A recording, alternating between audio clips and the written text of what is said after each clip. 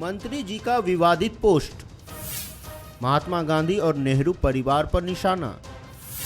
दिग्विजय ने संघ की शिक्षा का बताया असर। एक दूसरे को कोसने की परंपरा कब तक। महात्मा गांधी पर रायपुर में दिए कालीचरण के विवादित बयान को जिस तरह पूरे देश ने सुना, उसी तरह अब मध्य प्रदेश के उस शिक्षा मंत्री मोहन यादव के विवादित पोस्ट पर बहस गर्म है। मंत्री जी ने फेसबुक पोस्ट में लिखा कि परेड में ना देश के फर्जी पिताजी थे, ना ही देश के फर्जी चाचा। परेड में ना लोहे की महिला थी, ना ही कंप्यूटर संस्कृति की झलक थी। परेड में सिर्फ सुभाष चंद्र बोस, पटेल और सनातन संस्कृति की झलक थी। मेरा देश सही में बदल रहा है। मोहन यादव के इस पोस्ट को महात्मा गांधी और नेहरू परिवार पर हमला माना जा रहा है।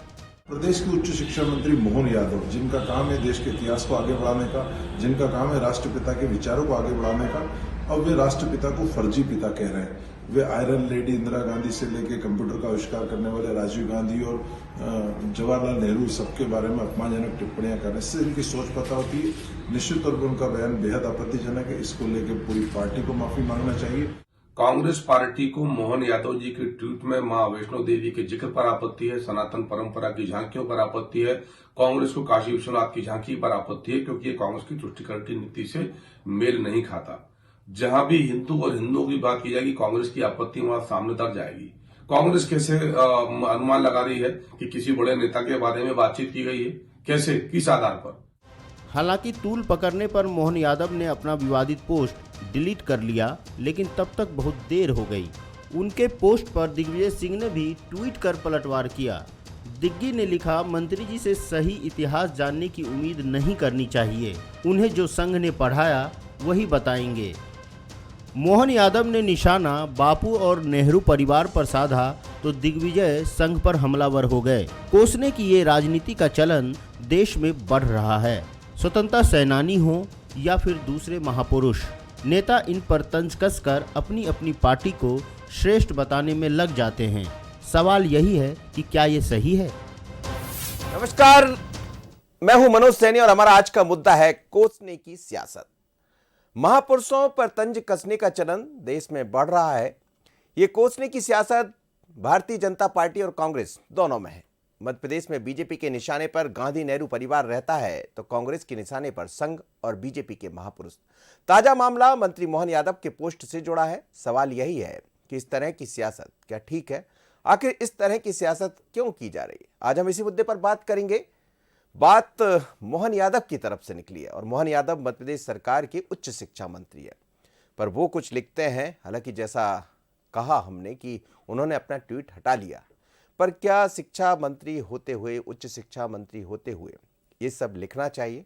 चलिए इसको समझते हैं। मेरे साथ तीन मेहमान जुड़े। उमेश शर्मा जी हैं, प्रवक्ता भारतीय जनता पार्टी के। उमेश जी, बहुत स्वागत है आपका।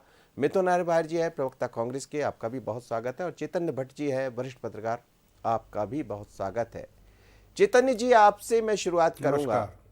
कई बार हमने देखा है कुछ ऐसी टिप्पणी, कुछ ऐसे बयान आ जाते हैं जिनका कोई सिर पैर नहीं होता है, लेकिन बाद में वही बयान चर्चा का विषय भी बन जाते हैं।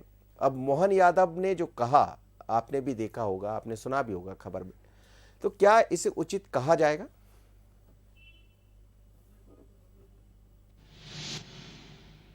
नहीं, देखिए मनोज जी, वर्तमान राजनीति में जिस तरह से एक दूसरे के प्रति घृणा का वातावरण बन रहा है, ये लोकतंत्र के लिए बहुत ही खतरनाक है। ठीक है, आपके सिद्धांत अलग हो सकते हैं, आपका सोच अलग हो सकता है, आपकी पार्टी अलग हो सकती है, लेकिन एक दूसरे के प्रति या उनके महापुरुषों के प्रति या उनके बड़े नेताओं के प्रति इस तरह की भाषा का उपयोग करना, मुझे लगता है कि एक मोहन यादव तो बड़े सीनियर लीडर हैं भारतीय जनता पार्टी के और उच्च शिक्षा मंत्री जैसी एक बड़ी पोस्ट पर भी हैं, तो उनको तो एक शिक्षा का जो एक उनको जिम्मेदारी मिली है, वो अगर इस तरह का कोई पोस्ट करते हैं तो मुझे लगता है कि ये ठीक बात नहीं है। चाहे महात्मा गांधी हों, चाहे नेहरू जी हों, चाहे राजीव गांधी हों, चाहे इंदिरा गांधी हों, इन पर इस तरह की टिप्पणियां करने से भारतीय जनता पार्टी को बचना चाहिए, क्योंकि आफ्टर ऑल देश में हर तरह के नेता हुए हैं और उन्होंने अपना अपना जो भी अच्छे से अच्छा हो सकता था वो देश के लिए दिया है। राष्ट्रपिता महात्मा गांधी का तो खैर पूरे विश्व में एक अलग से आदर सम्मान है जी। नेहरू जी ने भी जो कुछ भी दिया है, आज जो स्थिति बनी, आज जो स्थितियां जो हैं देश में, उसमें नेहरू जी का बहुत बड़ा हाथ है। इंदिरा गांधी को तो आयरन लेडी कहा ही जाता था, और भारतीय जनता पार्टी के अटल बिहारी वाजपेयी ने उनको जब पाकिस्तान से युद्ध हुआ था तब उनको दुर्गा कहा था। तो मुझे लगता है कि आजकल के नेताओं में वो चीज़ नहीं रही है। आपका मनभेद हो सकता है, आपका मतभेद भी हो सकता है, लेकिन किसी भी पार्टी के, भाई देखिए लोकतंत्र में तो तरह तरह की पार्टियां होती हैं और उनके अपने सिद्धांत होते हैं, लेकिन इस आपस में टकराते भी हैं सिद्धांत, लेकिन उसको लेके इस तरह की बातें करना मुझे लगता है कि ये ठीक बात नहीं है। और ये अगर वातावरण इस तरह का बनता रहेगा तो मुझे लगता है कि राजनीति का जो विकृत रूप है वो सामने धीरे धीरे सामने आ रहा है और आता जाएगा, और जो लोकतंत्र के लिए बहुत घातक है, ऐसा मेरा मानना है। जी मिथुन अहिरवार जी, सवाल यही है कि जो कहा, जो उन्होंने लिखा, हालांकि उन्होंने अपना ट्वीट हटा लिया, इसका मतलब ये है कि कहीं ना कहीं वो भी इस बात को समझ पाए होंगे कि जो कहा, जो लिखा वो उचित नहीं था और बात भी खत्म हो जाना चाहिए। लेकिन कांग्रेस ने सवाल खड़े कर दिए। उन्होंने बिना नाम लिए, किसी का नाम नहीं लिखा, पर इस बात का जिक्र किया कि ये है भारतीय परंपरा, यह है भारतीय संस्कृति, जो बदला हुआ स्वरूप नजर आ रहा है। तो इसमें कहाँ आपत्ति आपको दिखाई देती है? देखिए मनोज जी, बहुत मौजूद आपने प्रश्न किया, और भारतीय जो परंपरा को लेकर के उन्होंने बात कही और भारतीय इतिहास को लेकर के बात कही। तो भारतीय जनता पार्टी की ये बहुत पुरानी कोशिश है कि इतिहास को बदला जाए, क्योंकि इतिहास को यदि आज की युवा पीढ़ी पढ़ेगी तो ये कांग्रेस के खिलाफ जो एजेंडा भारतीय जनता पार्टी बनाती है वो बनाने में ये लोग असफल सिद्ध होंगे। राष्ट्रपिता से बात करते हैं। भारतीय जनता पार्टी के लोगों ने कई बार कहा कि महात्मा गांधी मेरे पिता नहीं हो सकते, आपको मानना है तो मानिए, वो राष्ट्र के भी पिता नहीं हो सकते। और मोहन यादव जी ने क्योंकि ये लिखा है कि उनको सुभाष चंद्र बोस जी की झलक दिखी, तो रंगून रेडियो से 6 जुलाई 1944 को सुभाष चंद्र बोस जी ने ही बापू को राष्ट्रपिता कहकर के संबोधित किया था। तो ये हमारे प्रदेश के उच्च शिक्षा मंत्री होने के नाते उनकी जिम्मेदारी थी कि वो इतिहास का एक विकृत रूपांतरण लोगों के सामने प्रस्तुत ना करें। नहीं तो ये दुर्भाग्य होगा कि ऐसे व्यक्ति मध्य प्रदेश के उच्च शिक्षा मंत्री हैं। उनको ये बताना चाहिए था कि जिन पटेल जी की वो बात कर रहे थे, सरदार वल्लभ भाई पटेल, उनको होम मिनिस्टर हमारी पार्टी ने बनाया, हमारे नेहरू जी की कैबिनेट में वो थे, और उनको आयरन मैन कहा जाता था भारत का, ठीक उसी तरीके से जिस तरीके से इंदिरा गांधी जी को कहा जाता था, ठीक उसी तरीके से जिस तरीके से लाल कृष्ण आडवाणी जी को कहा जाता था। लेकिन क्योंकि इंदिरा जी महिला थी इसलिए उनका आयरन लेडी कहलाना पसंद नहीं है। पुरुष थे हमारे पटेल साहब, तो उनकी इन्होंने एक मूर्ति बनवा दी 3000 करोड़ की। लेकिन अपनी पार्टी के जो कथित इनके जो आयरन मैन थे उनको आज इन्होंने मार्गदर्शक मंडल में डाल दिया, क्योंकि इनके पास कोई आइकॉन्स है नहीं बताने के लिए। भारतीय जनता पार्टी की अधिकृत प्रवक्ता, इनकी युवा मोर्चा की नेता रुचि पाठक जी, उन्होंने यह कहा कि हमें इतिहास जो है वो बताता है कि हमें आजादी 99 सालों की लीज पर मिली है। इंदिरा गांधी मतलब को आयरन लेडी बोलने में कौन पीछे रहा? सभी लोग बोलते हैं कि आयरन लेडी, उनको इस पहचान से जाना जाता है। लेकिन हम उनके ट्वीट पर ही बात कर रहे हैं। उन्होंने ट्वीट में इस बात का मजाक उड़ाया कि कोई आयरन की महिला वहां पर नहीं थी। मैं अपनी बात पूरी कर दूं। मैंने ये कहा कि ये इतिहास पढ़ाया जा रहा है कि 99 साल के लिए हम आजादी मिली ताकि आगे की हमारी जनरेशन वो गुलाम बनने के लिए तैयार रहे 99 साल बाद। इंदिरा जी की बात मैंने कही, और भारतीय परंपरा, सनातन परंपरा का जो वो जिक्र कर रहे थे, भारतीय परंपरा तो समावेशी, सबको लेकर के चलने वाली है। इस बार की गणतंत्र दिवस की परेड में मध्य प्रदेश की झांकी को आपने शामिल नहीं किया, ये कौन सी सनातन परंपरा है? मेरा निवेदन यह है कि भारतीय जनता पार्टी इतिहास भी गलत पढ़ाती है। भारतीय जनता पार्टी, हमारे नरेंद्र मोदी जी ने कहा था कि संत गुरु नानक साहब और जो नानक साहब और कबीर ये साथ में बैठकर के चर्चा किए करते थे, जबकि इनकी उम्र में कितना बड़ा फासला था। सुभाष का इतिहास पढ़ा जा रहा है या बाकी जो अन्य लोग रहे उनका इतिहास पढ़ाया जा रहा है, तो उसमें गुरेज क्या है? मनोज जी, इतिहास पढ़ाया जाना चाहिए, लेकिन इतिहास का सही पक्ष सामने रखना चाहिए। बताना चाहिए कि भारतीय जनता पार्टी के कौन से महापुरुष थे जिन्होंने आजादी में योगदान दिया, और हमको भी ये बताना चाहिए कि ये जो भारतीय जनता पार्टी के शासनकाल में गोडसे के मंदिर बन रहे हैं, तो ये वो लोग हैं जिनके मुंह में राम और बगल में नाथू राम है। इनकी सच्चाई भी जनता के सामने आना चाहिए। उमेश शर्मा जी, क्यों ये विवाद की स्थितियां बन जाती है? कई बार हमने देखा, मुरलीधर राव भी आए थे तो आपकी बैठक हुई, उसमें यह भी कहा गया था कि जो भी व्यक्ति बोले वो जरा सोच समझ के बोले, या जो कहना है वो कहे। ये बात सच है कि संघ हमेशा निशाने पर रहता है दिग्विजय सिंह के, या कांग्रेस की निशाने पर रहता है भारतीय जनता? एक दूसरे पर बात करना वो अलग मुद्दा है, लेकिन ऐसे दिन ऐसी बातें बोलना, उसके बाद फिर अपने ट्वीट को खुद हटा लेना, अब जाहिर सी बात है कि आपके नेता है, आपके उच्च शिक्षा मंत्री है, तो जवाब भी आप लोग को ही देना पड़ेगा। निश्चित रूप से जवाब देंगे मनोज जी, और मुझे लग रहा है कि लोकतंत्र की परिपक्वता इसमें ही है कि हम लोग वैचारिक विमर्श करें, और उस वैचारिक विमर्श में कटुता नहीं आना चाहिए। इस बात का मैं व्यक्तिगत रूप से पक्षधर भी हूं जी। और इस बात का भी व्यक्तिगत रूप से पक्षधर हूं कि भाषाई दारिद्र्य से सभी को बचना चाहिए। इस बात में भी मेरी दृढ़ मान्यता है कि हम सबको समाज जीवन में विवेकशील आचरण प्रस्तुत करना चाहिए। और चैतन्य भट्ट जी की बात से तो मैं 100% सहमत हूं कि महापुरुषों को हम खानों में विभाजित करके आकलित कर ही नहीं सकते, चाहे डॉक्टर श्यामा प्रसाद मुखर्जी हो या पंडित दीनदयाल उपाध्याय हो या श्री जवाहरलाल नेहरू हो या श्रीमती इंदिरा गांधी हो। मुझे लग रहा है कि उस समय काल परिस्थिति में जो निर्णय उन लोगों ने करे होंगे, उस समय काल परिस्थिति में वो निर्णय देश हित में रहे होंगे और उनकी प्राथमिकता अंततः देश हित रहा होगा। तो मुझे लग रहा है कि हमारी पीढ़ी को, जिस पीढ़ी ने उन महापुरुषों का स्पर्श भी नहीं करा, उनको अप्रत्यक्ष रूप से देखा भी नहीं है, तो उनके बारे में जब हम लोग कोई टीका टिप्पणी करते हैं तो मुझे लग रहा है कि अत्यंत सावधानी की आवश्यकता है और उनके जीवन के यथासंभव उज्जवल पक्षों को प्रकट किया जाना चाहिए। एक तो ये बात है। अब दूसरी बात मनोज जी की जो विषय को बखेड़ा बनाया गया है, मुझे लग रहा है कि कहीं भी मोहन यादव जी ने किसी का नाम उल्लेखित नहीं करा है। उन्होंने ना तो, और मैं भारतीय जनता पार्टी का एक और पक्ष आपको बता दूं, जो आदरणीय दिग्विजय सिंह जी ऐसे मौकों को लपकने में माहिर व्यक्ति है, उन्होंने तुरंत ट्वीट कर दिया कि आरएसएस में उनको यही पढ़ाया गया। नहीं दिग्विजय सिंह जी, आरएसएस में शाखा का स्वयंसेवक मैं भी हूं और नियमित स्वयंसेवक में से हूं।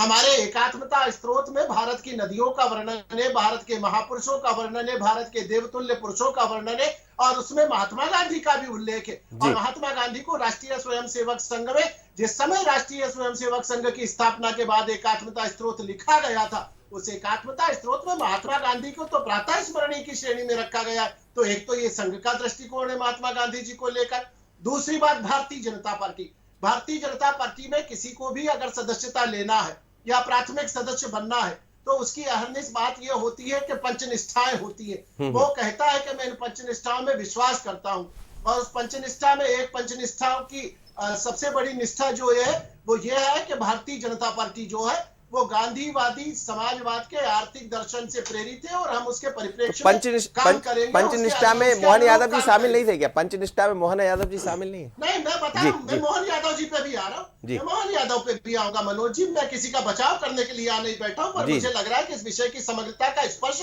किया जाना अत्यावश्यक है। अब मोहन यादव जी ने तो कहीं भी राष्ट्रपिता का नाम उल्लेखित नहीं करा, मोहन यादव जी ने तो किसी अन्य नेता का नाम भी उल्लेखित नहीं करा। अब जो 2-3 शब्द लिखे आयरन लेडी, तो आप देखिए कि मनोज जी समाज जीवन में जो घटक निवास करते हैं उन घटक को जो प्रभावित करता है वो उसको आयरन लेडी या आयरन पुरुष मान लेते हैं। अब एक समय तो ऐसा भी था कि फूलन देवी को उनके जाति वर्ग के लोग आयरन लेडी माना करते थे। उनको लगता था कि वो दलित और शोषित समाज का एक बड़ा चेहरा बन गई है, हम उनसे असहमति रखते हैं, पर उनका जो जाति वर्ग था, उनका जो घटक था, वो तो उनमें आयरन लेडी देखता था। मुझे याद है 1971-72 के आसपास पुतली बाई नाम की एक डकैत हुआ करती थी, तो पुतली बाई के बारे में भी उनसे जुड़े हुए जो जाति घटक के लोग थे वो उनको आयरन लेडी माना करते थे। तो आयरन लेडी कोई कॉन्स्टिट्यूशनल वर्ड तो है नहीं कि कोई संवैधानिक शब्द है कि फला व्यक्ति या फला महिला आयरन लेडी है। तो ऐसा करके मोहन यादव जी ने किसी एक व्यक्ति का भी नाम उल्लेखित करा हो या किसी के बारे में कहा हो।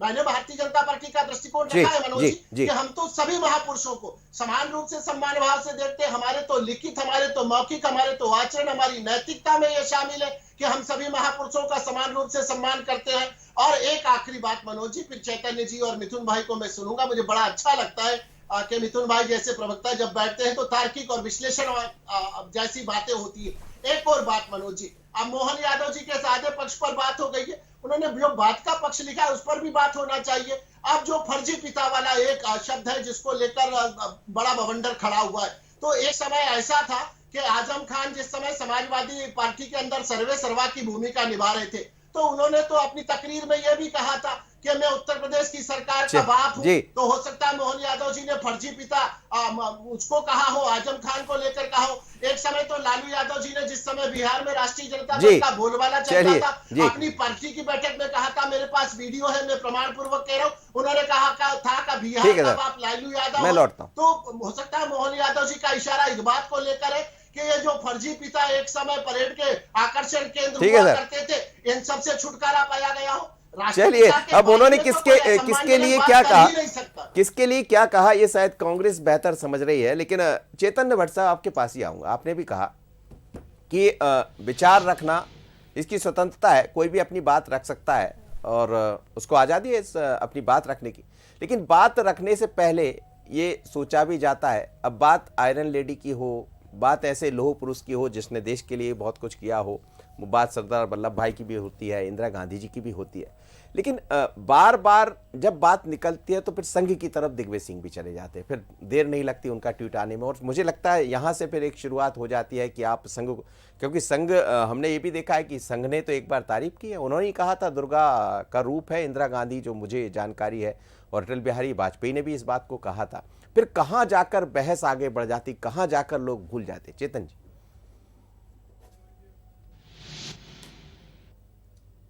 नहीं, देखिए मनोज जी, दिक्कत क्या है, देखिए दिग्विजय सिंह तो हमेशा से संघ को अपने निशाने पे लिए रहे। आज से नहीं, उनका तो इतिहास है कि उन्होंने हर चीज़ को संघ से जोड़ा है। कई बार उन्होंने संघ की तारीफ भी की, ऐसा नहीं है कि उन्होंने हमेशा संघ को की बुराई ही की है, एक आध बार कभी संघ की उन्होंने प्रशंसा भी की है जी। लेकिन उनका पूरा निशाना भारतीय जनता पार्टी की बजाय संघ पे रहता है। संघ की अपनी रीति नीति है, संघ कोई आज की संस्था नहीं है, संघ बहुत पुरानी संस्था है और वो जिस तरह के काम करती है वो सब लोगों ने देखा है। और गांव-गांव में उनका जिस तरह का एक प्रचार माध्यम है और जिस तरह से वो काम करते हैं लोगों के बीच में, तो उसके पीछे भी एक कारण ये है कि उन्होंने एक बड़ा लंबा संघर्ष भी देखा है अपने को स्थापित करने के लिए, और उन्हीं के दम पे आज भारतीय जनता पार्टी स्थापित हो पाई है। जो पार्टी 2 सीटों पे आज पहले थी और आज 320-30 सीटें हैं उसके पास, तो उसके पीछे संघ का बहुत बड़ा हाथ है। निश्चित तौर पे मातृ संस्था माना जाता है भारतीय जनता पार्टी की आरएसएस को। तो उन मुद्दों को लेके अगर मोहन यादव ने कोई इस तरह का ट्वीट किया तो मुझे लगता है कि देखिए, समझदार को इशारा काफ़ी होता है। उन्होंने किसी का नाम नहीं लिया, लेकिन समझदार जो व्यक्ति होता है, और विशेषकर दिग्विजय सिंह तो इस मामले में बहुत एक्सपर्ट हैं कि वो तत्काल में उस चीज़ को लपक लेते हैं और सीधा उसको संघ से जोड़ देते हैं कि मोहन यादव को जो संघ में ने पढ़ाया होगा वो वही बोलेंगे। ये बात सही है कि मोहन यादव के मन में कहीं ना कहीं इस तरह की बात रही होगी कि वो एक इशारे से ये बात कह दें अपनी, और अगर जब उस पर जब विवाद बढ़ा तो निश्चित तौर पे उनको अपना ट्वीट वापस लेना पड़ा। अगर वो किसी के ऊपर निशाना नहीं था तो ट्वीट लेने वैसे आजकल एक चीज और भी चल गई चेतन जी, तो इशारा तो था, और इशारा एक चीज और भी चल गई कि ट्वीट जब हो रहे हैं तो पता है अब उच्च शिक्षा मंत्री को ये पता है या नहीं, क्योंकि ट्वीट करने वाले भी हम देख रहे हैं कि बदला हुआ ये परिवेश है, बदले हुए परिवेश में फिर बात सोशल मीडिया की तरफ भी जाती है, तो सबकी अपनी अपनी टीमें भी हो गई हैं। तो मुझे लगता है थोड़ा इस तरफ भी ध्यान देने की जरूरत पड़ेगी कई बार। नहीं, निश्चित तौर पे देखिए, कई जैसे शिवराज सिंह जी हैं या और बड़े नेता, उनकी एक टीम है, वो ट्वीट करती है, वो बोलते हैं कि इस तरह का आप ट्वीट कर दीजिए, वो ट्वीट कर देते हैं। तो मोहन यादव के मन में क्या था ये तो मोहन यादव ज़्यादा बेहतर ढंग से बता सकते हैं। अब उन्होंने क्या कहा था और उनकी टीम ने किस तरह से उसको मोल्ड करके ट्वीट कर दिया, ये भी एक हो सकता है कि खोज का विषय हो। लेकिन मुझे लगता है कि इस तरह की, जैसे अभी आपके उमेश शर्मा जी ने बहुत अच्छी बात की कि भाई इस तरह की भाषा पे आपको ध्यान देना चाहिए कि हम क्या कह रहे हैं। स्वतंत्रता तो ठीक है कि सब व्यक्तियों को, हर व्यक्ति को बोलने की स्वतंत्रता, लेकिन उस बोलने के कारण क्या परिस्थितियां पैदा हो रही इस पे भी ध्यान देना होगा। बिल्कुल, कई बार दूसरों की मुसीबत पड़ जाती है, जैसे अब उमेश जी को अपनी बात रखना पड़ रहा है, उमेश जी के पास तो निश्चित तौर पे जी चलिए मैं लौटता हूं। तो वो एक बहुत अच्छी बात है। अगर इस तरह से सब लोग सोचने लगे तो मुझे लगता है कि जो एक आपस में क्लैशेस हो रहे हैं वो कम हो सकते हैं। बिल्कुल मिथुन जी, यही देखिए आपने अपनी बात रखी, उमेश जी ने भी बड़ी अच्छी बात रखी, और ये जब इस तरह चर्चा होती है तो ये मंच है।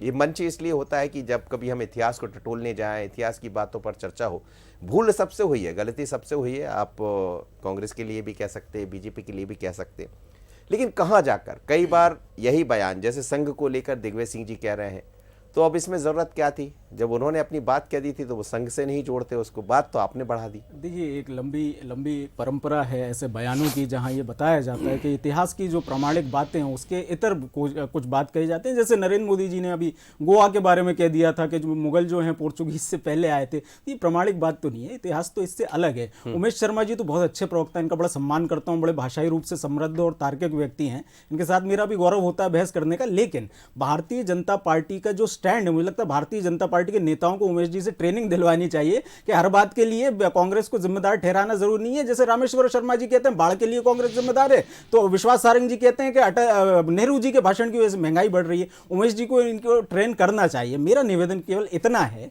कि आज का जो इतिहास है, भारतीय जनता पार्टी की कोशिश होती है कि इतिहास की तरफ इसलिए चीजों को ले जाया जाए ताकि भविष्य के बारे में आज का जो बेरोजगार युवा बैठा हुआ है उसको हमको जवाब ना देना पड़े। आपने देखा होगा, आपने बड़ी चतुराई से बेरोजगार युवा भी जोड़े। बिल्कुल बिल्कुल बिल्कुल, क्योंकि अभी हमने 2 दिन पहले देखा है कि उत्तर प्रदेश और बिहार में कैसे बेरोजगार युवाओं को मारा, और मध्य प्रदेश में तो 3 महीने पहले शिवराज जी ये अपना काम कर चुके हैं। तो भारतीय जनता पार्टी को चाहिए, लेकिन उमेश जी की एक बात से मैं बिल्कुल असहमत हूं। मुझे लगता है भारतीय जनता पार्टी को इस बात पर अपना स्टैंड क्लियर करना चाहिए कि फूलन देवी जैसी महिलाएं जो कि एक बहुत संघर्ष करके आगे आती हैं, अपराध करती हैं, लेकिन वो सरेंडर करती हैं, सजा भुगतती हैं, एमपी बनती हैं। भारतीय जनता पार्टी को स्पष्ट करना चाहिए कि वो फूलन देवी जैसी महिलाओं के साथ है या उनके बलात्कार और उनकी हत्या करने वालों के साथ है। उमेश जी से मुझे इस बयान की उम्मीद नहीं थी। मैं विषय पर आते हुए कहना चाहूंगा कि यदि उमेश जी इतना बड़ा दिल दिखा रहे हैं कि भारतीय जनता पार्टी के किसी नेता ने राष्ट्रपिता होने का कभी कोई क्लेम को खारिज नहीं किया, तो क्या यह भारतीय जनता पार्टी का अधिकृत स्टैंड है? क्या महात्मा गांधी इस देश के राष्ट्रपिता हैं? आप स्पष्ट करिए। साथ ही साथ आपने कहा कि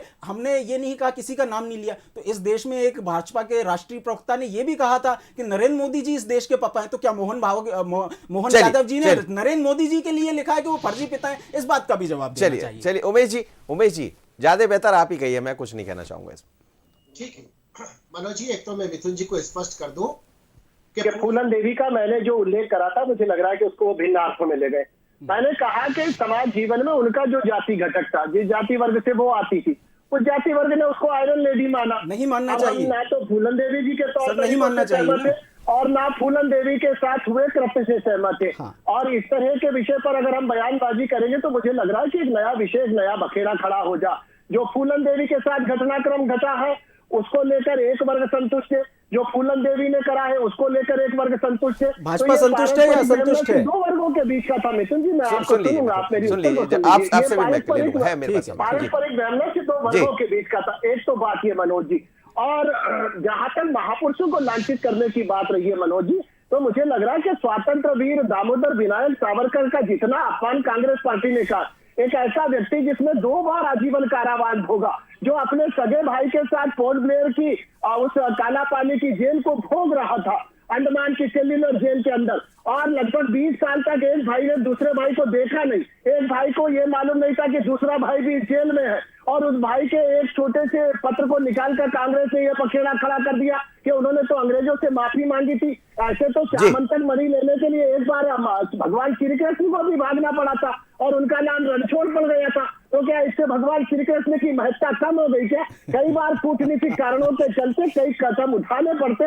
मैंने पहले भी कहा था कि उस समय की समय काल परिस्थिति क्या रही होगी। स्वतंत्र वीर दामोदर विनायक सावरकर के लिए देश प्रथम था, तो उन्होंने देश प्रथम के हिसाब से वहां पर निर्णय लिया होगा। अब उसको लेकर मैंने तो यहाँ देखा कि के मिश्रा जी ने एक समय जब वो इंदौर में नेतागिरी करा करते थे और दामोदर विनायक सावरकर जी की प्रतिमा पर टमाटर तक फेंके थे, तो मुझे लग रहा है कि सबको उसमें मैं स्वयं को भी शामिल करता हूँ, भाजपा को भी और कांग्रेस को भी, हम सबको महापुरुषों का सम्मान करना चाहिए और महापुरुषों को खानों में विभाजित करके करा नहीं जाना चाहिए। जल्दी से कह दीजिए उमेश जी, मेरा निवेदन ये है कि यदि आप इतनी बड़ी बात करें तो हमने तो केवल एक बात कही थी, आपको तो ये स्पष्ट करना चाहिए था, क्योंकि राजनाथ सिंह जी ने कहा कि महात्मा गांधी के कहने पर उन्होंने माफी मांग ली थी। ये भी इतिहास का विकृत स्वरूप है, आपको इस बात को स्पष्ट करना चाहिए था, राजनाथ सिंह जी को स्पष्ट करना चाहिए था। दूसरी बात मैं कहना चाहता हूं, भारतीय जनता पार्टी ने इन्हीं महापुरुषों के लिए सुभाष चंद्र जी की मौत को लेकर के कई बार आप लोगों ने उसे रहस्यमय बताया, और आपने कहा था जब आप लोग सरकार में आएंगे, जब आप लोग सरकार में आने, आपने वादा किया था आप सही तरीका बताएंगे किस तरीके से उनकी मृत्यु हुई थी, आपने ये बात कही थी। लेकिन क्या आप उस बात पर कायम है? क्या भारत की सरकार ने जो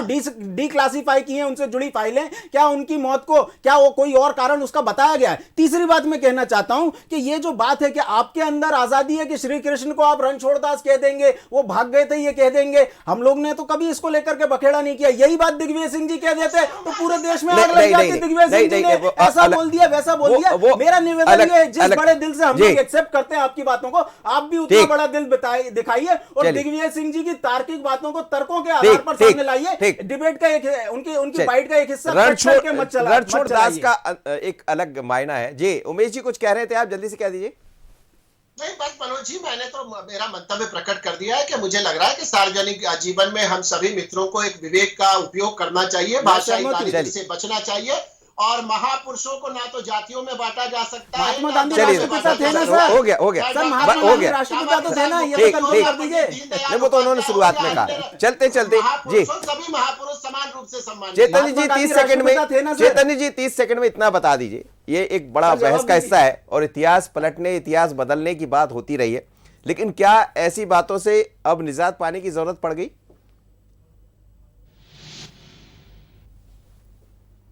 नहीं, बिल्कुल मनोज जी, ये तो बहुत ज़रूरी हो गया है कि इस तरह की बातें जो हो रही हैं इनसे तत्काल निजात पाया जाए। हर महापुरुष का अपना एक समाज के प्रति, देश के प्रति उनका एक बलिदान है, चाहे वो भारतीय जनता पार्टी के हों, चाहे कांग्रेस के हों, या हमारे और भी दीगर पार्टी के लोग हों। उन्होंने, वो उमेश जी सही कह रहे थे कि उस समय जो दृष्टिकोण रहा होगा, उस समय जो देश के प्रति वातावरण बन रहा था, उसमें क्या निर्णय लेना है, उस समय के निर्णय की बात होती।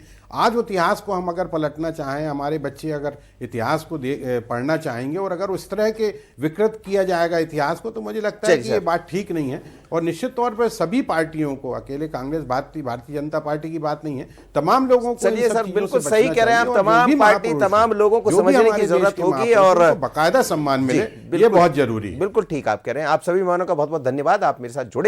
लेकिन मध्य प्रदेश में एक नया विवाद खड़ा हो गया। बात उच्च शिक्षा मंत्री के एक ट्वीट से हुआ, हालांकि बाद में उन्होंने अपने ट्वीट को हटा लिया। कोई और कहे तो ठीक है, लेकिन जब उच्च शिक्षा का मंत्री ऐसा कहता है तो फिर बात दूसरी तरफ भी चली जाती है। लेकिन इतिहास बदलने और इतिहास लिखने की चर्चा चलती रहेगी। इतिहास होता भी